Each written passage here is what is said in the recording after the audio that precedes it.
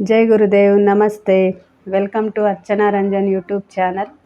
Art of ಪೇರೆಂಟಿಂಗ್ನ special episodes, ಮಕ್ಕಳ screen addiction, mobile ಅಡಿಕ್ಷನನ್ನು ಯಾವ ರೀತಿ ಬಿಡಿಸ್ಬೋದು ಅನ್ನೋದ್ರ ಬಗ್ಗೆ ನಾವು ಸರಳ ಸೂತ್ರಗಳನ್ನು ನೋಡ್ತಾ ಇದ್ವಿ. ಸೊ ಅದರಲ್ಲಿ ಪ್ರಮುಖವಾಗಿ 3 ಸೂತ್ರಗಳ ಬಗ್ಗೆ ಈ ಹಿಂದಿನ ವಿಡಿಯೋಗಳಲ್ಲಿ ನಾವು ಚರ್ಚೆಯನ್ನು ಮಾಡಿದ್ವಿ. Schedule, sports, smiling time. So ಇವತ್ತು 4ನೆಯ ಒಂದು ಸರಳ ಸೂತ್ರ. ಈ ಸರಳ ಸೂತ್ರದ ಬಗ್ಗೆ ಮಾಹಿತಿಯನ್ನು ಕೊಡುವ ಮುಂಚೆ ನಿಮ್ಮ ಫೀಡ್ಬ್ಯಾಕ್ ತುಂಬ ಮುಖ್ಯ ಆಗುತ್ತೆ. ಸೊ ಆಲ್ಮೋಸ್ಟ್ 1 ತಿಂಗಳು ನಾನು ಯಾವುದೇ ವಿಡಿಯೋವನ್ನು ಪೋಸ್ಟ್ ಮಾಡಿರಲಿಲ್ಲ.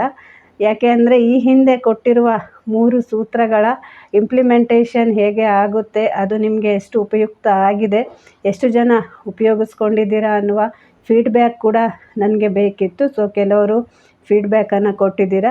ಅದೇ ರೀತಿ ನಿಮ್ಮ ಲರ್ನಿಂಗ್ಸ್ ಏನಿರುತ್ತೆ, ನೀವು ಆ ವಿಡಿಯೋದಿಂದ ಏನನ್ನು ಕಲ್ತಿದ್ದೀರಾ ಅಥವಾ ನಿಮಗೆ ಏನಾದರೂ ಉಪಯುಕ್ತವಾದರೆ ಅದನ್ನು ದಯವಿಟ್ಟು ಕಮೆಂಟ್ ಮಾಡಿ. ಈ ಕಮೆಂಟ್ಸ್ಗಳು ಬೇರೆಯವರಿಗೂ ಕೂಡ ಸಹಾಯ ಆಗುತ್ತೆ. ಸೊ ಇದರಿಂದಾಗಿ ನಿಮಗೂ ಒಂದು ಒಳ್ಳೆಯ ಕೆಲಸವನ್ನು ಮಾಡಿದ ಕರ್ಮ, ಗುಡ್ ಕರ್ಮ ಸಿಕ್ಕುತ್ತೆ. So once again welcome to the YouTube channel video. So art of parenting, ಪಾಲನೆ ಪೋಷಣೆಯ ಕಲೆಯಲ್ಲಿ ಸೊ ನಾವು ವಿಶೇಷವಾದ ವಿಷಯಗಳನ್ನು ನೋಡ್ತಾ ಇದ್ವಿ ಅಲ್ವಾ. ಸೊ ಈ ವಾರ 4ನೆಯ ಸರಳ ಸೂತ್ರದ ಬಗ್ಗೆ ನಾನು ಮಾತಾಡ್ತಾ ಇದ್ದೇನೆ. ಅದು ಸ್ಟಾರ್ಟ್ ಮಾಡುವ ಮುಂಚೆ ಈ ಎಲ್ಲ ವಿಷಯಗಳು ಕೂಡ ಏನು ನೀವು ವಿಡಿಯೋದ ಮುಖಾಂತರ ನೋಡ್ತಾ ಇದ್ದೀರಾ, ಇದು ಮಕ್ಕಳ ಒಂದು ಮೊಬೈಲ್ ಅಡಿಕ್ಷನ್ ಮಾಡುವಾಗ ನಾವು ಫಾಲೋ ಮಾಡ್ಬೋದಾಗಿರುವಂಥದ್ದು. ಆದರೆ ಇಲ್ಲಿ ಕೆಲವೊಂದು ಸೂತ್ರಗಳಂತ ಹೇಳಿ ನಾನೇನು ಮಾಹಿತಿ ಕೊಟ್ಟಿರ್ತೇನೆ, ಅದು ಕೆಲವು ಮಕ್ಕಳಿಗೆ ಉಪಯುಕ್ತ ಆಗ್ಬೋದು, ಕೆಲವು ಮಕ್ಕಳಿಗೆ ನಾವು ಫಾಲೋ ಮಾಡಲಿಕ್ಕೆ ಆಗದೇ ಇರ್ಬೋದು.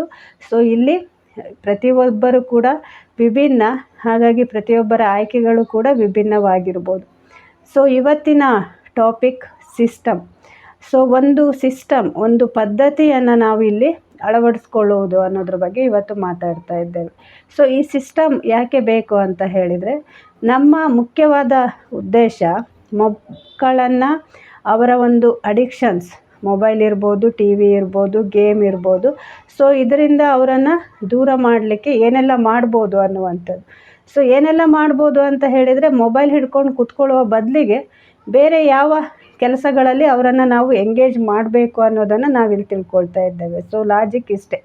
ಆದರೆ ಅದು ಹೇಗೆ ಮಾಡಬೇಕು ಅನ್ನೋದನ್ನು ನಾನು ನಿಮಗೆ ಮಾಹಿತಿಯನ್ನು ಕೊಡಲಿಕ್ಕೆ ಪ್ರಯತ್ನ ಮಾಡ್ತಾ ಇದ್ದೇನೆ. ಸೊ ಸಿಸ್ಟಮ್ ಅಂತ ಹೇಳಿದಾಗ ಮನೆಯಲ್ಲಿ ಒಂದು ಪದ್ಧತಿಗಳನ್ನು ನಾವು ಜಾರಿಗೆ ತರೋದು ಅಂತ.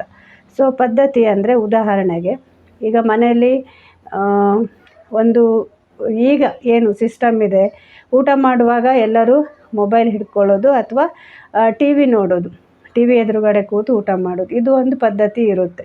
ಸೊ ಅದನ್ನು ನಾವು ಬದಲಾಯಿಸುವಂಥದ್ದು. ಸೊ ಬದಲಾವಣೆ ಹೇಗೆ ಮಾಡುವಂಥದ್ದು, ಊಟ ತಿಂಡಿ ಮಾಡುವ ಸಮಯದಲ್ಲಿ ಮೊಬೈಲ್ ಅಲೋ ಇಲ್ಲ ಅನ್ನುವ ಒಂದು ಸ್ವಯಂ ಪ್ರೇರಿತವಾದ ನಿಯಮವನ್ನು ನಾವು ನಮ್ಮ ಮನೆಗಳಲ್ಲಿ ಜಾರಿ ಮಾಡೋದು. ಇದನ್ನು ಪ್ರತಿಯೊಬ್ಬರು ಕೂಡ ಫಾಲೋ ಮಾಡಬೇಕು ಅನ್ನೋದು. ಸೊ ಮೊದಲನೇದಾಗಿ ಮಕ್ಕಳ ವಿಷಯ ಬಂದಾಗ, ಮಕ್ಕಳನ್ನು ಬದಲಾಯಿಸುವ ವಿಷಯ ಬಂದಾಗ ನಮಗೆ ಯಾವಾಗಲೂ ಗಮನದಲ್ಲಿರಬೇಕಾಗಿರೋದು, ಮಕ್ಕಳು ನಾವು ಹೇಳುವ ಫಿಲಾಸಫಿಗಳನ್ನು, ನಾವು ಹೇಳುವ ಯಾವುದೇ ಮಾತುಗಳನ್ನು ಅವರು ನೋಡಿ ಕಲಿಯುವುದಿಲ್ಲ. ನಾವೇನು ಮಾಡ್ತಾ ಇರ್ತೇವೆ ಅದನ್ನು ನೋಡಿ ಕಲಿತಾರೆ. ಸೊ ಇದನ್ನು ನಾವು ಯಾವಾಗಲೂ ನೆನಪಲ್ಲಿ ಇಟ್ಕೋಬೇಕು. ಹಾಗಾಗಿ ಮೊದಲು ನಾವು ಅದನ್ನು ಫಾಲೋ ಮಾಡಬೇಕಾಗುತ್ತೆ. ಸೊ ಡಿವೈಸ್ ಫ್ರೀ ಫುಡ್ ಅಂತ ಹೇಳಿ ನಾವು ಒಂದು ರೂಲ್ಸನ್ನು ಮಾಡುವಂಥದ್ದು. ಮೊಬೈಲ್ ಹಿಡ್ಕೊಳ್ಳದೆ ಊಟ ಮಾಡೋದು, ಆ ಟೈಮಲ್ಲಿ ಎಲ್ಲರ ಮೊಬೈಲು ಕೂಡ ಬೇರೆ ಕಡೆ ಇರಬೇಕು, ಅಥವಾ ಟಿ ವಿಯನ್ನು ಹಾಕದೆ ಊಟ ಮಾಡೋದು. ಸೊ ಇದನ್ನು ನಾವು ರೆಗ್ಯುಲರಾಗಿ ಮಾಡ್ತಾ ಹೋದಾಗ ಅದು ಮಕ್ಕಳಿಗೆ ಇದು ನಮ್ಮ ಮನೇಲಿ ಇದೇ ರೂಲ್ಸ್ ಅನ್ನುವ ಒಂದು ವಿಷಯವನ್ನು ನೀವು ತಲೆಯಲ್ಲಿ ಹಾಕಿದಾಗ ಆಗುತ್ತೆ. ಯಾವುದಾದ್ರೂ ಅಷ್ಟೇ ಅಲ್ವಾ. ಸೊ ನಮ್ಮ ಮನೆಯ ರೀತಿ ನೀತಿಗಳು ಏನಿರುತ್ತೆ ಅದನ್ನೇ ಮಕ್ಕಳು ಕಲಿತಾ ಹೋಗ್ತಾರೆ. ಅದೇ ರೀತಿ ಬೇರೆ ಸಿಸ್ಟಮ್ ಯಾವುದೆಲ್ಲ ಫಾಲೋ ಮಾಡ್ಬೋದು ಅಂತ. ಸೊ ಇದೆಲ್ಲವೂ ಕೂಡ ನಾನು ಕೊಡುವ ಕೆಲವು ಸಣ್ಣ ಪುಟ್ಟ ಉದಾಹರಣೆಗಳು. ಸೊ ಅದೇ ರೀತಿ ನಿಮ್ಮ ಮನೆಯಲ್ಲಿ ನೀವು ಯಾವ ರೀತಿ ಬದಲಾವಣೆ ಮಾಡ್ಬೋದು ಅನ್ನೋದನ್ನು ನೀವೇ ಅರ್ಥ ಮಾಡಿಕೊಂಡು ನೀವು ಬದಲಾವಣೆಯನ್ನು ತರ್ಬೋದು. ಸೊ ಎರಡನೇದು, ಇದನ್ನು ಗುರುರಾಜ್ ಕರ್ಜಿಗೆ ಅವರ ಒಂದು ವಿಡಿಯೋದಲ್ಲಿ ಶೇರ್ ಮಾಡಿದರು. ಸೊ ನನಗೆ ಅನಿಸ್ತು ಅದು ಇಲ್ಲಿ ಕೂಡ ಉಪಯುಕ್ತ ಆಗ್ಬೋದು ಅಂತ. ಅವರು ಅವರ ಮನೆಯಲ್ಲಿ ಒಂದು ನಿಯಮವನ್ನು ಏನು ಪಾಲಿಸ್ತಾ ಇದ್ದರು ಅಂದರೆ, ಅವರ ಮಕ್ಕಳಿಗೆ ಪ್ರತಿದಿನ ಸಂಜೆ ಒಂದು ಫಿಕ್ಸ್ ಟೈಮ್, ಆ ಟೈಮಲ್ಲಿ ಮನೆಯಲ್ಲಿ ಎಲ್ಲರೂ ಕೂತ್ಕೊಂಡು ಪುಸ್ತಕಗಳನ್ನು ಓದುವಂಥದ್ದು. ಸೊ ಓದಿದ ನಂತರ ಆ ಪುಸ್ತಕದಲ್ಲಿ ಬರುವ ವಿಷಯಗಳನ್ನು ಮನೆಯಲ್ಲಿ ಚರ್ಚೆ ಮಾಡೋದು, ಅದನ್ನು ವಿಮರ್ಶೆ ಮಾಡೋದು ಅಂತ. ಸೊ ಈ ಒಂದು ಪ್ರತಿದಿನ ಈ ಒಂದು ಅವರ ಪದ್ಧತಿಯನ್ನು ಮಾಡಿದ್ರಿಂದಾಗಿ ಸೊ ಅವ್ರು ಹೇಳ್ತಾಯಿದ್ರು, ಅವ್ರ ಮಕ್ಕಳೀಗ ದೊಡ್ಡವರಾಗಿದ್ದಾರೆ, ಬೇರೆ ಕಡೆ ಉದ್ಯೋಗದಲ್ಲಿದ್ದಾರೆ, ಸೊ ಮೊಮ್ಮಕ್ಕಳಾಗಿದ್ದಾರೆ. ಮಕ್ಕಳು ಕೆಲವು ಸಲ ಹೇಳ್ತಾರೆ, ಅದರಿಂದಾಗಿ ನಾವು ಎಷ್ಟು ಮಾಹಿತಿಗಳನ್ನು ತಿಳ್ಕೊಂಡ್ವಿ ಅಂತ. ಸೊ ಪುಸ್ತಕಗಳು ನಮಗೆ ಮಾಹಿತಿಯ ಕೋಶ. ಸೊ ಆ ಪುಸ್ತಕಗಳನ್ನು ಪ್ರತಿದಿನ ಓದುವ ಒಂದು ಅಭ್ಯಾಸ, ಜೊತೆಗೆ ಇದು ಯಾವ ರೀತಿ ಹೆಲ್ಪ್ ಮಾಡುತ್ತೆ ಅಂದರೆ, ಮಕ್ಕಳು ಮಾತ್ರ ಓದೋದಲ್ಲ, ನಾವು ಅವ್ರ ಜೊತೆ ಕೂತ್ಕೊಂಡು ಓದ್ತೇವೆ. ಸೊ ಮಾತೇ ಇದೆ ಅಲ್ವಾ, ದೇಶ ಸುತ್ತಿ ನೋಡು, ಕೋಶ ಓದಿ ತಿಳ್ಕೊ ಅಂತ ಹೇಳಿ. ಸೊ ಈ ಓದೋದ್ರಿಂದಾಗಿ ನಾವು ಹೆಚ್ಚಿನ ಮಾಹಿತಿಗಳನ್ನು ಕಲೆ ಹಾಕ್ತೇವೆ, ನಮ್ಮ ಬೆಳವಣಿಗೆಗೆ ಪೂರಕ ಆಗಿರುವಂಥದ್ದು ಅಂತ. ಸೊ ಈ ಥರದ ಪದ್ಧತಿಯನ್ನು ನೀವು ಈ ಒಂದು ಪುಸ್ತಕ ಓದೋದಕ್ಕೆ ನಿಮ್ಮ ಹವ್ಯಾಸಕ್ಕೆ ಅನುಗುಣವಾಗಿ ಮಕ್ಕಳಿಗೆ ಉಪಯುಕ್ತ ಆಗುವಂಥದ್ದು ಆ ಥರದ ಪುಸ್ತಕಗಳನ್ನು ಕೂಡ ಆಯ್ಕೆ ಮಾಡ್ಕೋಬೋದು. ಸೊ ಉದಾಹರಣೆಗೆ ಪಂಚತಂತ್ರದ ಕಥೆಗಳು ಅಥವಾ ಮಕ್ಕಳಿಗೆ ಕೆಲವು ನೀತಿ ಕಥೆಗಳನ್ನು ಹೇಳುವಂಥದ್ದು, ಆ ಥರದ ಪುಸ್ತಕಗಳನ್ನು ಓದಲಿಕ್ಕೆ ಹೇಳೋದು, ಅವರಿಗೆ ಕಥೆಗಳನ್ನು ಹೇಳಲಿಕ್ಕೆ ಹೇಳೋದು. ಸೊ ಈ ಕಥೆಗಳನ್ನು ಹೇಳುವ ಒಂದು ಕಲೆ ಇದೆಯಲ್ಲ, ಅದು ಮಕ್ಕಳ ಒಂದು ವಾಕ್ಚಾತುರ್ಯವನ್ನು ಹೆಚ್ಚಿಸುತ್ತೆ. ಸೊ ಪುಸ್ತಕ ಓದೋದ್ರಿಂದ ಅವರ ಕನ್ನಡದ ಒಂದು ಜ್ಞಾನ ಭಂಡಾರ ಜಾಸ್ತಿ ಆಗುತ್ತೆ. ಅಥವಾ ಯಾವುದೇ ಲ್ಯಾಂಗ್ವೇಜ್ ಇರ್ಬೋದು, ನಿಮ್ಮ ಮದರ್ ಟಂಗ್ ಇರ್ಬೋದು, ಅದರಲ್ಲಿ ಓದೋದಿರ್ಬೋದು.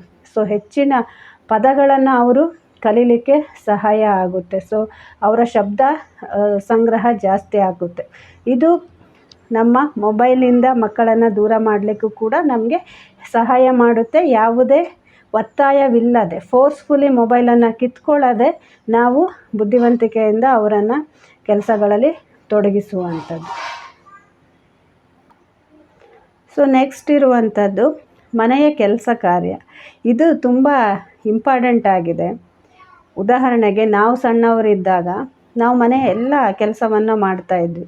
ಶಾಲೆಗೆ ಹೋಗಿ ಬಂದ ನಂತರ ಕೆಲಸಗಳನ್ನು ಮಾಡೋದು, ಆನಂತರ ಕೂತ್ಕೊಂಡು ಹೋಮ್ವರ್ಕ್ ಮಾಡೋದು, ಓದುವಂಥದ್ದು. ಇವತ್ತಿಗೂ ಕೂಡ ಈಗ ಗ್ರಾಮೀಣ ಪ್ರದೇಶದಲ್ಲಿ, ಉದಾಹರಣೆಗೆ ಈಗ ನನ್ನ ತಾಯಿ ಮನೆ, ಅಲ್ಲಿ ಆ ಮಕ್ಕಳಿದ್ದಾರಲ್ವ, ಸಂಜೆ ಬಂದ ಕೂಡಲೇ ಅವರ ಒಂದು ತೋಟಕ್ಕೆ, ಹೊಲಕ್ಕೆ ಹೋಗುವಂಥದ್ದು, ಗದ್ದೆಗೆ ಹೋಗಿ ಬರುವಂಥದ್ದು, ಅಥವಾ ರಜಾ ದಿನಗಳಲ್ಲಿ ಕೆಲಸ ಕಾರ್ಯಗಳನ್ನು ಮಾಡೋದನ್ನು ಇವತ್ತು ನಾವು ಕಾಣ್ಬೋದು. ಆದರೆ ನಗರ ಪ್ರದೇಶ ಬಂದಾಗ ಅಥವಾ ಅಫಿಷಿಯಲ್ ರೇಂಜ್ ಬಂದಾಗ, ಸೊ ಅಪ್ಪ ಅಮ್ಮ ಎಲ್ಲ ಎಂಪ್ಲಾಯೀಸ್, ಈ ಥರದ ಒಂದು ಫ್ಯಾಮಿಲಿ ಬ್ಯಾಕ್ಗ್ರೌಂಡ್ ಬಂದ ಕೂಡಲೇ ಮಕ್ಕಳಿಗೆ ಅದು ಯಾವುದು ಕೆಲಸ ಇರುವುದಿಲ್ಲ. ಸೊ ಇಲ್ಲಿ ಹೆಚ್ಚಿನ ತಂದೆ ತಾಯಿ ವಿದ್ಯಾವಂತರಾದಾಗೆ ಅಥವಾ ಇಬ್ಬರು ಕೂಡ ಜಾಬಲ್ಲಿ ಇದ್ದಾಗೆ, ಎಂಪ್ಲಾಯೀಸ್ ಇದ್ದ ಫ್ಯಾಮಿಲಿಗಳಲ್ಲಿ ಹೇಗೆ ಅಂತ ಹೇಳಿದರೆ, ಮಕ್ಕಳಿಗೆ ಯಾವ ಕೆಲಸವನ್ನೂ ಕೊಡುವುದಿಲ್ಲ. ಅದು ಕೆಲಸ ಅವ್ರು ಮಾಡಿದರೂ ಕೂಡ ನಮಗೊಂದು ಮೈಂಡ್ ಸೆಟ್ ಇರುತ್ತೆ, ಅಂದರೆ ನಾವು ಮಾಡಿದರೂ ಕೂಡ ನಮ್ಮ ಹಾಗೆ ನಮ್ಮ ಮಕ್ಕಳು ಕಷ್ಟಪಡೋದು ಬೇಡ. ಇದು ಒಂದು ಕಾನ್ಸೆಪ್ಟ್ ಯಾವಾಗಲೂ ಮಿಡ್ಲ್ ಕ್ಲಾಸ್ ಫ್ಯಾಮಿಲಿಯಲ್ಲಿ ಎಸ್ಪೆಷಲಿ ಇರುತ್ತೆ ಎಲ್ಲ ವಿಷಯದಲ್ಲಿ. ಇದನ್ನು ಮೈಂಡಲ್ಲಿ ಇಟ್ಕೊಂಡು ನಾವೇ ಎಲ್ಲ ಕೆಲಸವನ್ನು ಮಾಡೋದು. ಸೊ ಕೆಲವು ಮನೆಗಳಲ್ಲಿ ಮಕ್ಕಳು ದೊಡ್ಡವರಾದರೂ ಕೂಡ ಅವರು ಕೂತಲ್ಲೇ ಅವರಿಗೆ ಊಟ ತಿಂಡಿಯನ್ನು ತಂದುಕೊಟ್ಟು, ಅವರು ಊಟ ಮಾಡಿದ ನಂತರ ಅವರ ಪ್ಲೇಟ್ಗಳನ್ನು ತಾಯಿಯೇ ತಗೊಂಡು ಹೋಗಿ ತೊಳೆಯುವಂಥದ್ದು. ಸೊ ಅಷ್ಟು ಮಕ್ಕಳನ್ನು ನಾವು ಯಾವುದೇ ಶ್ರಮ ಇಲ್ಲದೆ ಕೇವಲ ನೀನು ಓದು ಅಷ್ಟೇ, ಸ್ಕೂಲಿಗೆ ಹೋಗಿ ಬಾ, ಟ್ಯೂಷನ್ಗೆ ಹೋಗಿ ಬಾ, ಕೋಚಿಂಗ್ ಕ್ಲಾಸಿಗೆ ಹೋಗಿ ಬಾ, ನಿನ್ನ ಹೋಮ್ವರ್ಕ್ ಮಾಡು, ಓದು, ಬಿಟ್ಟರೆ ಮೊಬೈಲ್ ಹಿಡ್ಕೊಂಡು ಕೂತ್ಕೋ ಅಂತ ಅವರಿಗೆ ಯಾವುದೇ ಕೆಲಸವನ್ನು ಕೊಡದೇ ಇರುವಂಥದ್ದು. ಸೊ ಪೇರೆಂಟಿಂಗ್ ವಿಷಯ ಬಂದಾಗ ನಾನು ಯಾವಾಗಲೂ ಹೇಳ್ತೇನೆ, ಮಕ್ಕಳ ತಪ್ಪಲ್ಲ. ಮಕ್ಕಳು ಅಕಸ್ಮಾತ್ ಹಾಳಾಗ್ತಿದ್ದಾರೆ ಅಥವಾ ಅವರು ಬೇರೆ ದಾರಿಯಲ್ಲಿ ಹೋಗ್ತಾ ಇದ್ದಾರೆ ಅಂದರೆ ಅದಕ್ಕೆ ಯಾವಾಗಲೂ ಕೂಡ ಕಾರಣ ನಾವೇ ಆಗಿರ್ತೇವೆ. ಪೋಷಕರೇ ಜವಾಬ್ದಾರರಾಗಿರ್ತಾರೆ. ನಾವೇನು ಕಲಿಸ್ತಾ ಇದ್ದೇವೆ, ನಾವೇನು ಮಾಡ್ತಾ ಇದ್ದೇವೆ ಅನ್ನೋದ್ರ ಮೇಲೆ ಮಕ್ಕಳ ಭವಿಷ್ಯ ನಿರ್ಧಾರ ಆಗಿರುತ್ತೆ. ಹಾಗಾಗಿ ಮಕ್ಕಳ ಕಡೆ ಬೆರಳು ತೋರಿಸುವ ಮೊದಲು ನಿಮ್ಮನ್ನು ನೀವು ಅವಲೋಕನ ಮಾಡ್ಕೊಳ್ಳಿ ಅಂತ ಹೇಳ್ತಾರೆ. ಸೊ ಈ ವಿಷಯವನ್ನು ಯಾಕೆ ಇಲ್ಲಿ ಪ್ರಸ್ತಾಪ ಮಾಡ್ತಾಯಿದೆ ಅಂದರೆ, ಉದಾಹರಣೆಗೆ ಮಕ್ಕಳನ್ನು ಮನೆಯ ಕೆಲಸಗಳಲ್ಲಿ ತೊಡಗಿಸಿಕೊಳ್ಳೋದು, ಇದು ತುಂಬ ತುಂಬ ತುಂಬ ಇಂಪಾರ್ಟೆಂಟ್. ಕೆಲವು ಸಲ ತಂದೆ ತಾಯಿ ಹೇಳ್ತಾರೆ, ಮಕ್ಕಳು ಇದು ತಮ್ಮ ಮನೆಯೇ ಅಲ್ವಾ ಏನೋ ಅನ್ನುವ ರೀತಿ ವರ್ತಿಸುವುದುಂಟು. ಅವರ ಡ್ರೆಸ್ ಎಲ್ಲಿದೆ ಅಂತ ಅವ್ರಿಗೆ ಗೊತ್ತಿರುವುದಿಲ್ಲ. ಅವರ ಡ್ರೆಸ್ಸನ್ನು ಮಡಚಿ ತೆಗೆದಿಡೋದು, ಅಮ್ಮನೇ ಅವ್ರಿಗೆ ಬೇಕಾದಾಗ ಕೊಡುವಂಥದ್ದು, ಅಥವಾ ಅವರ ಬುಕ್ಸ್ಗಳು ನಾಳೆ ಯಾವ ಕ್ಲಾಸ್ ಇದೆ ಅನ್ನೋದಕ್ಕೆ ಬೇಕಾದ ಇದನ್ನೆಲ್ಲ ನಾನು ಕಣ್ಣಾರೆ ನೋಡಿದ್ದೇನೆ ಕೆಲವು ಫ್ಯಾಮಿಲಿಗಳಲ್ಲಿ. ಸೊ ಮಾರನೇ ದಿನ ಸ್ಕೂಲಿಗೆ ಟೈಮ್ ಟೇಬಲ್ ಪ್ರಕಾರ ಬುಕ್ಕನ್ನು ಕೂಡ ತಾಯಿಯೇ ಸೆಟ್ ಮಾಡಿ ಕೊಡೋದು, ರೆಡಿ ಮಾಡಿ ಇಡುವಂಥದ್ದು. ಸೊ ಅಷ್ಟು ಮಕ್ಕಳನ್ನು ಡಿಪೆಂಡೆಂಟಾಗಿ ಬೆಳೆಸುವಂಥವರು ಕೂಡ ಇದ್ದಾರೆ. ಇದು ಅತಿಯಾದ ಪ್ರೀತಿ ಮತ್ತು ಕುರುಡು ಪ್ರೀತಿ ಅಂತ ಹೇಳ್ಬೋದು. ಯಾಕಂದರೆ ಎಷ್ಟು ಸಾಧ್ಯವೋ ಅಷ್ಟು ನಾವು ಅವರನ್ನು ಇಂಡಿಪೆಂಡೆಂಟ್ ಮಾಡ್ತಾ ಹೋಗಬೇಕಾಗುತ್ತೆ. ಇದು ತುಂಬ ಇಂಪಾರ್ಟೆಂಟ್. ಆ್ಯಂಡ್ ಅವರ ಜವಾಬ್ದಾರಿಗಳನ್ನು ಅವರಿಗೆ ಸಣ್ಣವರಿದ್ದಾಗಲೇ ನಾವು ಮನವರಿಕೆ ಮಾಡಬೇಕು ಅಂತ. ಮಗು ಸಣ್ಣದಿದೆ, ಈಗ ಉದಾಹರಣೆಗೆ ನನ್ನ ಮಗಳಿಗೆ 5 ಇಯರ್ಸ್ ಆಗಿದೆ, ಆದರೆ ಅವಳ ಹತ್ರ ಎಲ್ಲ ಕೆಲಸ ಮಾಡಿಸ್ಲಿಕ್ಕೆ ಆಗದೇ ಇದ್ದರೂ ನಿನ್ನ ಕೆಲಸ ನೀನೇ ಮಾಡು ಅನ್ನುವ ಒಂದು ಮೆಸೇಜನ್ನು ಮಾಡ್ಕೊಳ್ಳೋದನ್ನು ಕಲಿಸೋದನ್ನು ನಾವು ಈಗಲಿಂದನೇ ಮಾಡಬೇಕಾಗುತ್ತೆ. ಉದಾಹರಣೆಗೆ ಅಡುಗೆ ಮಾಡುವಾಗ ಸಣ್ಣ ಪುಟ್ಟ ಸಹಾಯವನ್ನು ಮಾಡಲಿಕ್ಕೆ ಮಕ್ಕಳನ್ನು ಕಿಚನಲ್ಲಿ ತೊಡಗಿಸ್ಕೊಳ್ಳುವಂಥದ್ದು. ಸೊ ತರಕಾರಿ ಕಟ್ ಮಾಡೋದಿರ್ಬೋದು, ಕ್ಲೀನ್ ಮಾಡೋದಿರ್ಬೋದು, ಪಾತ್ರೆ ತೆಗೆದು ಜೋಡಿಸು ಅನ್ನೋದು, ಅಥವಾ ನಾನು ಪಾತ್ರೆ ಜೋಡಿಸ್ತೇನೆ ನೀನು ಒಂದೊಂದೇ ತೊಳೆದ ಪಾತ್ರೆಯನ್ನು ತೆಗೆದುಕೊಡು, ಅದು ಎಲ್ಲಿಡಬೇಕು ಅಲ್ಲಿಡುವಂಥದ್ದು, ಅಥವಾ ಸಾಮಾನುಗಳನ್ನು ತಂದಾಗ ಅದನ್ನು ಜೋಡಿಸಿ ಇಡುವಂಥದ್ದು, ಯಾವ ವಸ್ತು ಎಲ್ಲಿ ಇಡಬೇಕು ಅನ್ನುವಂಥದ್ದು. ಈ ಥರ ಅವರನ್ನು ಎಂಗೇಜ್ ಮಾಡೋದ್ರ ಜೊತೆಗೆ ಅವರಿಗೂ ಮನೆಯಲ್ಲಿ ಯಾವುದು ಎಲ್ಲಿದೆ ಅನ್ನೋದನ್ನು ಅರ್ಥ ಮಾಡಿಸುವಂಥದ್ದು, ಅಥವಾ ಅವರ ವಾಶ್ ಆದ ಬಟ್ಟೆಗಳನ್ನು ವಾರ್ಡ್ರೋಬಲ್ಲಿ ನೀವೇ ಇಟ್ಕೊಳ್ಳಿ, ಜೋಡಿಸಿಟ್ಕೊಳ್ಳಿ ಅನ್ನುವಂಥದ್ದು, ಅವರ ಬುಕ್ಗಳನ್ನು ಅವರೇ ಸೆಟ್ ಮಾಡಲಿಕ್ಕೆ ಕೊಡುವಂಥದ್ದು, ಅಥವಾ ರಜಾ ದಿನಗಳಲ್ಲಿ ನೀವು ಮನೆಯನ್ನು ಕ್ಲೀನ್ ಮಾಡುವಾಗ ಕ್ಲೀನಿಂಗಿಗೆ ಹೆಲ್ಪ್ ಮಾಡಲಿಕ್ಕೆ ಹೇಳುವಂಥದ್ದು. ಸೊ ಒರೆಸೋದು, ಅಥವಾ ವಿಂಡೋಸ್ ಕ್ಲೀನ್ ಮಾಡೋದು, ಫ್ಯಾನ್ ಕ್ಲೀನ್ ಮಾಡೋದು, ಬೇಕಾದಷ್ಟು ಕೆಲಸಗಳನ್ನು ನಾವು ಕೊಡ್ಬೋದು. ಆದರೆ ನಾವು ಅದನ್ನು ಮಾಡ್ತಾ ಇಲ್ಲ ಅಷ್ಟೆ. ಸೊ ಈ ರೀತಿಯಾಗಿ ಅವ್ರಿಗೆ ಮಾಡಿಸೋದ್ರಿಂದಾಗಿ ಮನೆಯಲ್ಲಿದ್ದವರಿಗೂ ಕೆಲಸಗಳು ಎಷ್ಟು ಇದೆ, ಅದರ ವ್ಯಾಲ್ಯೂ ಏನು ಅನ್ನೋದು ಅವರಿಗೆ ಅರ್ಥ ಆಗುತ್ತೆ. ಆ್ಯಂಡ್ ಮುಂದೆ ಕೂಡ ಅವರು ಬೇರೆ ಯಾವುದೋ ಊರಲ್ಲಿ ಇರಬೇಕಾದ ಸಂದರ್ಭ ಬಂತು, ಹಾಸ್ಟೆಲಲ್ಲಿ ಇರಬೇಕು, ನೆಕ್ಸ್ಟು ಎಂಪ್ಲಾಯೀಸ್ ಆದರು, ಅಥವಾ ಎಲ್ಲೋ ರೂಮ್ ಮಾಡ್ಕೊಂಡಿದ್ರು ಅನ್ನುವಾಗ ಅವರ ಕೆಲಸಗಳನ್ನು ಅವರೇ ಮಾಡಿಕೊಳ್ಳಿಕ್ಕೂ ಕೂಡ ಅವರು ಇಂಡಿಪೆಂಡೆಂಟಾಗಿ ಇರಲಿಕ್ಕೆ ಅದು ಸಹಾಯ ಮಾಡುತ್ತೆ. ಅದನ್ನು ನಾವು ಈಗಲಿಂದನೇ ಮಕ್ಕಳಿಗೆ ಕಲಿಸುವಂಥದ್ದು. ಸೊ ಕೆಲವು ಹೆಣ್ಮಕ್ಳನ್ನು ಇವತ್ತಿಗೂ ನೋಡುವಾಗ ಕಾಲೇಜಿಗೆ ಹೋಗ್ತಾರೆ, ಸೊ ಒಂದು ಲೋಟ ಕಾಫಿ ಮಾಡಲಿಕ್ಕೆ ಬರೋದಿಲ್ಲ. ಅದು ಎಷ್ಟು ವಿಚಿತ್ರ ಅನಿಸುತ್ತೆ ಅಂದರೆ ಅಷ್ಟು ವಿಚಿತ್ರ ಆಗುವ ಹಾಗೆ ಪೇರೆಂಟ್ಸ್ ಬೆಳೆಸಿರ್ತಾರೆ ಅಂತ. ಎಲ್ಲ ಕೆಲಸಗಳು ಕೂಡ ಎಲ್ಲರೂ ಕಲಿಬೇಕು. ಸೊ ನಾನಿಲ್ಲಿ ಎಕ್ಸಾಂಪಲ್ ಈಗ ಹೇಳಿದ್ನಲ್ವ ಅಡುಗೆ ಕೆಲಸ, ಇದು ಕೇವಲ ಹೆಣ್ಮಗು ಇದ್ದರೆ ಮಾತ್ರ ಮಾಡಿ ಅಂತಲ್ಲ, ಎಸ್ಪೆಷಲಿ ಗಂಡು ಮಕ್ಕಳಿಗೂ ಕೂಡ ಇದನ್ನು ನೀವು ಕಲಿಸಲೇಬೇಕು. ಇಲ್ಲ ಅಂದರೆ ಕೆಲಸದ ಮನೆಯಲ್ಲಿರುವವರ ಕೆಲಸ ಮತ್ತು ಅದರ ಒಂದು ವ್ಯಾಲ್ಯೂ ಏನು ಅನ್ನೋದು ಅವರಿಗೆ ಗೊತ್ತಿರೋದಿಲ್ಲ, ರೆಸ್ಪೆಕ್ಟ್ ಕೊಡೋದು ಕೂಡ ಅವ್ರಿಗೆ ಗೊತ್ತಿರೋದಿಲ್ಲ. ನೀವು ಯಾವಾಗ ಅವ್ರ ಹತ್ರ ಮಾಡಿಸ್ತೀರಾ ಆವಾಗ ಅವರಿಗೆ ಅರ್ಥ ಆಗುತ್ತೆ, ಓಕೆ ಈ ಕೆಲಸಕ್ಕೂ ಕೂಡ ನಾವು ಶ್ರಮ ಹಾಕಬೇಕು, ಅಮ್ಮ ಮಾಡುವ ಕೆಲಸ ಅಥವಾ ಮನೆಯಲ್ಲಿದ್ದ ಇತರ ಸದಸ್ಯರು ಮಾಡುವ ಕೆಲಸವೂ ಕೂಡ ಶ್ರಮದಾಯಕ ಆಗಿರುತ್ತೆ ಅಂತ. ಇಲ್ಲ ಅಂದರೆ ಒಂದು ರೀತಿಯ ಇಗ್ನೋರೆನ್ಸ್, ಕೆಲವು ಮಕ್ಕಳು ಮಾತಾಡೋದನ್ನು ನೋಡ್ಬೋದು ಉಡಾಫೆಯಿಂದ, ಅದು ನಿನ್ನ ಕೆಲಸ, ನೀನು ಮನೆಯಲ್ಲೇ ಇರ್ತೀಯಲ್ಲ ಅಂದರೆ ತಾಯಿಗೆ ಹೇಳುವಂಥದ್ದು, ಅದು ನಿನ್ನ ಕೆಲಸ, ಅಥವಾ ಅದು ಹೆಂಗಸರ ಕೆಲಸ, ಅಥವಾ ಮನೆಯಲ್ಲಿ ಅಕ್ಕನೋ ತಂಗಿನ ಇದ್ದರೆ ಹುಡುಗಿಯಾದವಳ ಕೆಲಸ ಅಂದರೆ ಹುಡುಗರು ಮಾತಾಡುವಂಥದ್ದು ಕೂಡ ಇರುತ್ತೆ ಕೆಲವು ಫ್ಯಾಮಿಲಿಯಲ್ಲಿ. ಸೊ ಅದು ಮುಂದೆ ಆಗಬಾರ್ದು ಅಂದರೆ ಈಗಿಂದನೇ ನಿಮ್ಮ ಮಕ್ಕಳಿಗೆ ನಿಮ್ಮ ಮನೆಯ ಕೆಲಸಗಳಲ್ಲಿ ಅವರನ್ನು ತೊಡಗಿಸಿಕೊಳ್ಳುವಂಥದ್ದನ್ನು ಮಾಡಿ ಅಂತ. ಸಣ್ಣ ಪುಟ್ಟ ಅಥವಾ ಸ್ವಲ್ಪ ದೊಡ್ಡ ಮಕ್ಕಳಾದರೆ ಅವರಿಗೆ ಊಟ ಬಡಿಸಿಕೊಟ್ಟ ನಂತರ ನೀವೇ ಕೂತ್ಕೊಂಡು ಊಟ ಮಾಡಲಿಕ್ಕೆ, ಅಥವಾ ಅವರು ಊಟ ಆದ ನಂತರ ಅವರ ಪ್ಲೇಟ್ಗಳನ್ನು ತೊಳೆಯುವಂಥದ್ದು. ಸೊ ಈ ಥರ ಅಕಸ್ಮಾತ್ ಅದು ಕ್ಲೀನ್ ಆಗೋದಿಲ್ಲ ಅನಿಸಿದ್ರು ನೀವು ಇನ್ನೊಂದು ಸಲ ತೊಳೆದ್ರೂ ಪರವಾಗಿಲ್ಲ, ಬಟ್ ಅದನ್ನು ತಗೊಂಡು ಹೋಗಿ ಸಿಂಕ್ ಹತ್ರ ಇಡುವಷ್ಟಾದರೂ ನೀವು ಅವರಿಗೆ ಅಭ್ಯಾಸವನ್ನು ಮಾಡಿಸ್ಬೇಕು. ಇದೆಲ್ಲದು ಸಣ್ಣ ಸಣ್ಣ ಪಾಯಿಂಟ್ಗಳು. ನಾವು ಕೆಲವು ಸಲ ಅಂದ್ಕೊಳ್ತೇವೆ ಮಕ್ಕಳಿನ್ನೂ ಸಣ್ಣವರು, ಈಗೇನು ಅವಸರ, ದೊಡ್ಡವರಾದ ಮೇಲೆ ಕಲಿಸಿದ್ರಾಯ್ತು ಅಂತ. ಖಂಡಿತ ನೀವು ಕಲಿಸ್ಲಿಕ್ಕೆ ಸಾಧ್ಯ ಇಲ್ಲ. ಯಾಕಂದರೆ ಮಕ್ಕಳಿಗೆ ಸಣ್ಣಕ್ಕಿದ್ದಾಗಿಂದ ನಾವೇನು ಸಂಸ್ಕಾರಗಳನ್ನು ಕಲಿಸ್ತೇವೆ, ಏನನ್ನು ಹೇಳಿಕೊಡ್ತೇವೆ, ಅದು ದೊಡ್ಡವರಾಗ್ತಾನೆ ಅವರು ಮಾಡ್ತಾ ಹೋಗ್ತಾರೆ, ರಿಪಿಟೇಷನ್ ಆಗ್ತಾ ಹೋಗುತ್ತೆ. ನೀವು ಈಗ ಕಲಿಸದೇ ಇದ್ದರೆ ಮುಂದೆ ದೊಡ್ಡವರಾದ ಮೇಲೆ ಅವರಾಗಿ ಅರ್ಥ ಮಾಡ್ಕೊಂಡು ಮಾಡ್ತಾರೆ ಅಂದರೆ ಅಲ್ಲಿ 50-50 ಆಗುವ ಚಾನ್ಸ್ ಇರ್ಬೋದು. ಒಂದು ಜವಾಬ್ದಾರಿ ಇರುವ ಮಗುವಾಗಿ ಅವರು ಬೆಳೆದ್ರೆ ಮಾಡಬಹುದು, ಬೇಜವಾಬ್ದಾರಿಯುತ ವ್ಯಕ್ತಿಯಾಗಿ ಅವರು ಬೆಳೆದರೆ ಯಾವತ್ತೂ ಕೂಡ ಅವರು ಕೆಲಸವನ್ನು ಮಾಡೋದಿಲ್ಲ. ಸೊ ಕೆಲವೊಂದು ಮನೆಯಲ್ಲಿ ಇವತ್ತಿಗೂ ನಿಯಮ ಇದೆ, ಗಂಡಸರು ಏನೋ ಕೆಲಸವನ್ನು ಮಾಡೋದಿಲ್ಲ, ಮನೆ ಕೆಲಸ ಏನಿದ್ರೂ ಕೂಡ ಹೆಂಗಸರೇ ಮಾಡಬೇಕು, ಅದು ಅವರ ಜವಾಬ್ದಾರಿ ಅನ್ನುವಂಥದ್ದು ಈಗಲೂ ಕೂಡ ಕೆಲವು ಫ್ಯಾಮಿಲಿಯಲ್ಲಿ ಇರುತ್ತೆ.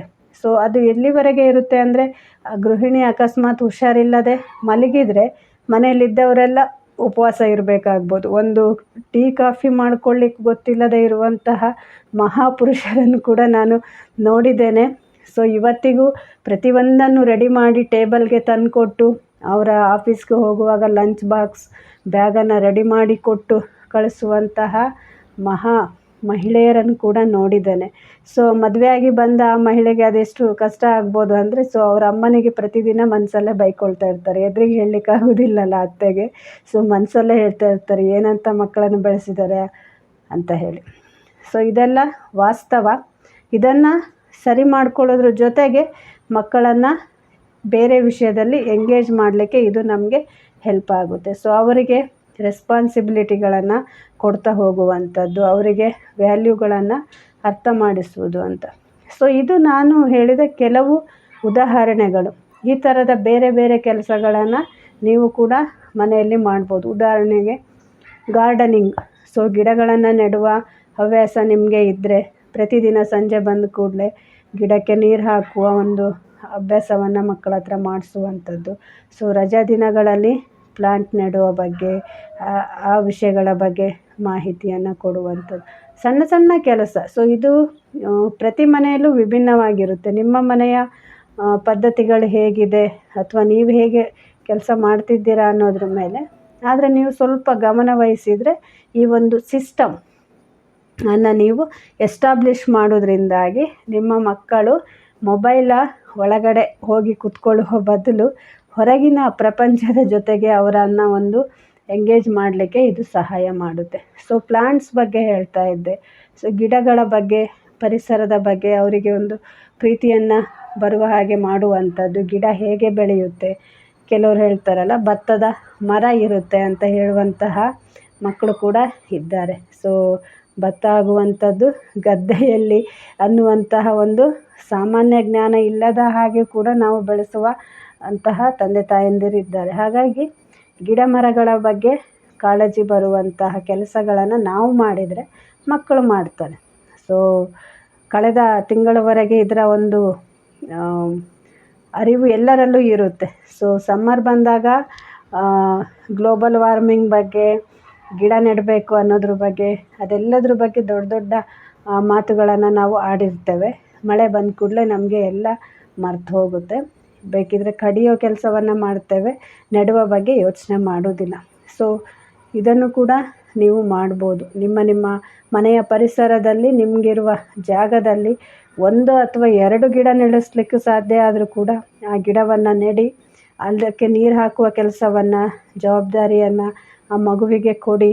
ಸೊ ಇದು ನಿನ್ನ ಗಿಡ, ನೀನು ಬೆಳೆಸು ಅನ್ನುವ ಒಂದು ಪ್ರೀತಿಯನ್ನು ಆ ಗಿಡದ ಮೇಲೆ ಬೆಳೆಸಿ. ಸೊ ಈ ರೀತಿಯಾಗಿ ಮಕ್ಕಳಲ್ಲಿ ಪರಿಸರದ ಬಗ್ಗೆ ಕಾಳಜಿ ಕೂಡ ತುಂಬುವಂಥ ಕೆಲಸವನ್ನು ನಾವು ಮಾಡ್ಬೋದು. ಸೊ ಮನಸ್ಸು ಮಾಡಿದರೆ ಏನು ಬೇಕಿದ್ರೂ ಮಾಡ್ಬೋದು. ಯಾವ ರೀತಿಯಾಗಿ ಬೇಕಿದ್ರೂ ನಿಮ್ಮ ಮಕ್ಕಳನ್ನು ನೀವು ತಿದ್ಬೋದು. ಅದನ್ನು ಬಿಟ್ಟು ಈಗಿನ ಮಕ್ಕಳು ನಮ್ಮ ಮಾತು ಕೇಳಲ್ಲ, ರೆಡಿಮೇಡ್ ಡೈಲಾಗ್. ಈಗ ಮೊಬೈಲ್ ನೋಡದೇ ಇರುವ ಮಕ್ಕಳು ಯಾರೂ ಇಲ್ಲ. ಏನು ಮಾಡಲಿಕ್ಕಾಗುತ್ತೆ, ಎಲ್ಲ ಮಕ್ಕಳು ನೋಡ್ತಾರೆ. ಸೊ ಈ ಥರದ ಒಂದು ರೆಡಿಮೇಡ್ ಉತ್ತರಗಳನ್ನು ನೀವು ಕೊಟ್ಕೊಂಡು ಕೂತ್ಕೊಂಡ್ರೆ, ಸೊ ನಾಳೆ ನಿಮ್ಮ ಮಕ್ಕಳ ಭವಿಷ್ಯಕ್ಕೆ ಹಾಳಾಗಲಿಕ್ಕೆ ನೀವೇ ಕಾರಣಕರ್ತರಾಗಿರ್ತೀರ. ಮುಂದೆ ಯಾವತ್ತೋ ನಿಮ್ಮ ಮಗು ನಿಮ್ಮನ್ನು ಪ್ರಶ್ನೆ ಮಾಡ್ಬೋದು, ನಾನು ಸಣ್ಣವನಿದ್ದೆ ಅಥವಾ ಸಣ್ಣವಳಿದ್ದೆ, ನನಗೆ ಗೊತ್ತಿರಲಿಲ್ಲ, ನೀವು ಹೇಳ್ಬೋದಿತ್ತಲ್ಲ ಅಂತ ನಿಮ್ಮನ್ನು ಪ್ರಶ್ನಿಸುವ ಹಂತಕ್ಕೆ ನೀವು ತೆಗೆದುಕೊಂಡು ಹೋಗಬೇಡಿ. ಹೀಗೆ ಎಚ್ಚರ ಆದರೆ ಒಳ್ಳೆಯದು. ಯಾವುದು ಕೂಡ ಆಗಲ್ಲ ಅನ್ನೋದಿಲ್ಲ, ಬಟ್ ಅದನ್ನು ಸರಿ ಮಾಡಲಿಕ್ಕೆ ನಮ್ಮ ಪ್ರಯತ್ನ ತುಂಬ ಮುಖ್ಯ ಆಗುತ್ತೆ. ಎಸ್ಪೆಷಲಿ ತಾಯಂದಿರು.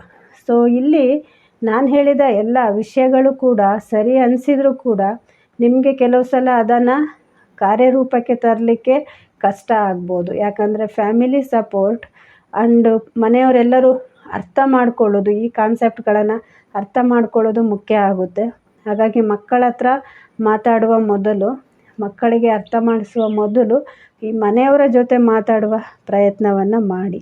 ಮನೆಯ ಉಳಿದ ಸದಸ್ಯರ ಒಂದು ಪಾರ್ಟಿಸಿಪೇಷನ್ ಇಲ್ಲಿ ತುಂಬ ಮುಖ್ಯ ಆಗುತ್ತೆ, ಮತ್ತು ಅವರ ಸಹಕಾರ ತುಂಬ ಮುಖ್ಯ ಆಗುತ್ತೆ ನಾವೇನನ್ನೇ ಮಾಡೋದಾದರೂ. ಅದಕ್ಕೆ ಹೇಳೋದು, ಮಕ್ಕಳನ್ನು ಬೆಳೆಸುವಂಥದ್ದು ಕೇವಲ ತಂದೆ ತಾಯಿಯೇ ಅಲ್ಲ, ಮನೆಯಲ್ಲಿರುವ ಎಲ್ಲ ಸದಸ್ಯರು ಕೂಡ ಇಲ್ಲಿ ಪ್ರಮುಖ ಪಾತ್ರಧಾರಿಗಳು ಆಗ್ತಾರೆ.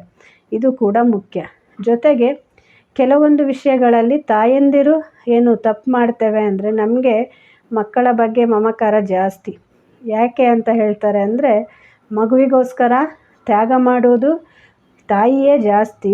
ಹಾಗಾಗಿ ಮಗುವಿನ ಬಗ್ಗೆ ಪ್ರೀತಿ, ಮಮತೆ, ವಾತ್ಸಲ್ಯ ಅನ್ನುವ ಪದಗಳು ಏನಿದೆ ಅದು ಕೂಡ ಜಾಸ್ತಿ ತಾಯಂದಿರಿಗೆ ಅಂತ. ಅದು ನಮ್ಮ ತಪ್ಪಲ್ಲ, ಯಾಕಂದರೆ ಪ್ರಕೃತಿ ಸಹಜವಾಗಿ ಇರುವಂಥದ್ದು ಅದು.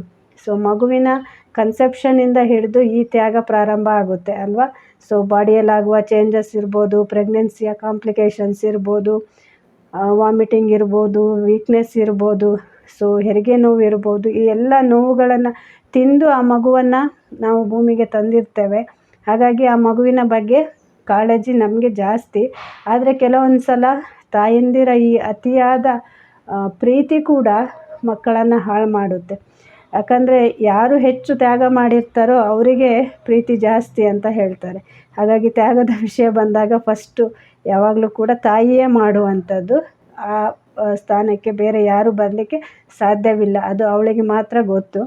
ನೆಕ್ಸ್ಟು ತಂದೆ, ಆಮೇಲೆ ಅಜ್ಜ ಅಜ್ಜಿ, ಉಳಿದ ಫ್ಯಾಮಿಲಿ ಮೆಂಬರ್ಸ್ ಇರ್ತಾರೆ. ಸೊ ಸಪೋರ್ಟ್ ವಿಷಯ ಬಂದಾಗಲೂ ಹಾಗೆ. ಸೊ ಯಾವಾಗಲೂ ತಾಯಿಯ ಪ್ರೀತಿಯ ಮುಂದೆ ಯಾರ ಪ್ರೀತಿ ಕೂಡ ಸಾಟಿ ಆಗೋದಿಲ್ಲ ಅಂತಾರೆ. ಆದರೆ ತಾಯಂದಿರು ಈ ವಿಷಯವನ್ನು ಕೂಡ ಗಮನದಲ್ಲಿ ಇಟ್ಕೋಬೇಕು. ನಿಮ್ಮ ಪ್ರೀತಿ, ಮಮತೆ ಎಲ್ಲವೂ ನಿಮ್ಮ ಪಾಲು ಜಾಸ್ತಿಯೇ. ಅದೇ ರೀತಿ ಮಗುವನ್ನು ತಿದ್ದುವ ವಿಷಯದಲ್ಲೂ ಕೂಡ ನಿಮ್ಮ ಪಾಲು ಅತಿಯಾಗಿ ನೀವು ನಿರ್ವಹಿಸಲೇಬೇಕಾಗುತ್ತೆ. ಸೊ ಇದು ಈ ವಾರದ ಮುಖ್ಯವಾದ ಟಾಪಿಕ್ ಆಗಿತ್ತು, ಸಿಸ್ಟಮ್ ಅಥವಾ ಪದ್ಧತಿ. ಸೊ ಇದು ನಿಮಗೆ ಹೇಗೆ ಅನ್ನಿಸ್ತು, ಇದರಿಂದ ನಿಮಗೆ ಎಷ್ಟು ಉಪಯೋಗ ಆಯಿತು ಅನ್ನುವ ಫೀಡ್ಬ್ಯಾಕನ್ನು ಖಂಡಿತವಾಗಿಯೂ ನೀವು ನನಗೆ ಕೊಡಲೇಬೇಕು. ಇದರಿಂದಾಗಿ ನನ್ನ ವಿಡಿಯೋಗಳಿಂದ ನಿಮಗೆ ಪ್ರಯೋಜನ ಆಗ್ತಾ ಇದೆ ಅನ್ನುವಂಥದ್ದು ನನಗೂ ಕೂಡ ಅರಿವಾಗುತ್ತೆ. ಆ್ಯಂಡ್ ಇನ್ನೂ ಒಂದು ಹೊಸ ವಿಷಯವನ್ನು ನಿಮ್ಮ ಜೊತೆ ಇಲ್ಲಿ ಶೇರ್ ಮಾಡ್ಕೊಳ್ಳಿಕ್ಕೆ ಇಷ್ಟಪಡ್ತೇನೆ. ಸೊ ಈ ಹಿಂದೆ ರೈಟ್ ಬ್ರೈನ್ ಅವೇಕನಿಂಗ್ ಒಂದು ಕ್ಲಾಸನ್ನು ಮಾಡ್ತಾ ಇದ್ದೆ ಮಕ್ಕಳಿಗೋಸ್ಕರ. So online course. ಸೊ ಕೆಲವರು ಜಾಯಿನ್ ಕೂಡ ಆಗಿದ್ರಿ. ಸೊ ಮಕ್ಕಳಲ್ಲಿರುವಂತಹ ಎಕ್ಸ್ಟ್ರಾ ಸೆನ್ಸರಿ ಪರ್ಸೆಪ್ಷನನ್ನು ಜಾಸ್ತಿ ಮಾಡುವಂಥದ್ದು. ಸೊ ನನ್ನ ಫ್ಯಾಮಿಲಿಯ ಕಮಿಟ್ಮೆಂಟ್ ಮತ್ತು ಮಗಳಿಗೆ ಟೈಮ್ ಕೊಡಲಿಕ್ಕೆ ಸಾಧ್ಯ ಆಗಲ್ಲ ಅನ್ನೋ ಕಾರಣಕ್ಕೆ ನಾನು ಆ ಕ್ಲಾಸಸ್ನ ಸ್ಟಾಪ್ ಮಾಡಿದೆ. ಸೊ ಆ ಕ್ಲಾಸನ್ನು ನಾನು ಮತ್ತು ನನ್ನ ಸಿಸ್ಟರ್ ಜೊತೆ ಸೇರಿ ಮಾಡ್ತಾಯಿದ್ವಿ. ಪುನಃ ಆ ಕ್ಲಾಸನ್ನು, ಆ ಟ್ರೈನಿಂಗ್ಗಳನ್ನು ನನ್ನ ಸಿಸ್ಟರ್ ಈಗ ಸ್ಟಾರ್ಟ್ ಮಾಡ್ತಾ ಇದ್ದಾರೆ.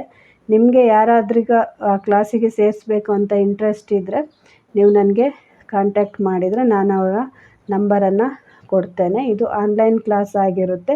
ಸೊ ಹೆಚ್ಚಿನ ಮಾಹಿತಿಗೆ ನೀವು ಕಾಂಟ್ಯಾಕ್ಟ್ ಮಾಡ್ಬೋದು. Once again thank you all for watching, thank you all for joining, thank you all for your love and support. ನನ್ನ ಚಾನಲನ್ನು ಸಬ್ಸ್ಕ್ರೈಬ್ ಮಾಡದೇ ಇದ್ದರೆ ಸಬ್ಸ್ಕ್ರೈಬ್ ಮಾಡಿ. ಇದರಿಂದಾಗಿ ನಾನು ಹಾಕುವ ಹೊಸ ವಿಡಿಯೋದ ನೋಟಿಫಿಕೇಷನ್ ನಿಮಗೆ ತಲುಪುತ್ತೆ. ಅದೇ ರೀತಿ ಈ ವಿಷಯ ಉಪಯುಕ್ತ ಅನಿಸಿದರೆ ಬೇರೆಯವರ ಜೊತೆ ತಪ್ಪದೆ ಶೇರ್ ಮಾಡಿ. Once again thank you all. ಜೈ ಗುರುದೇವ್. ನಮಸ್ತೆ.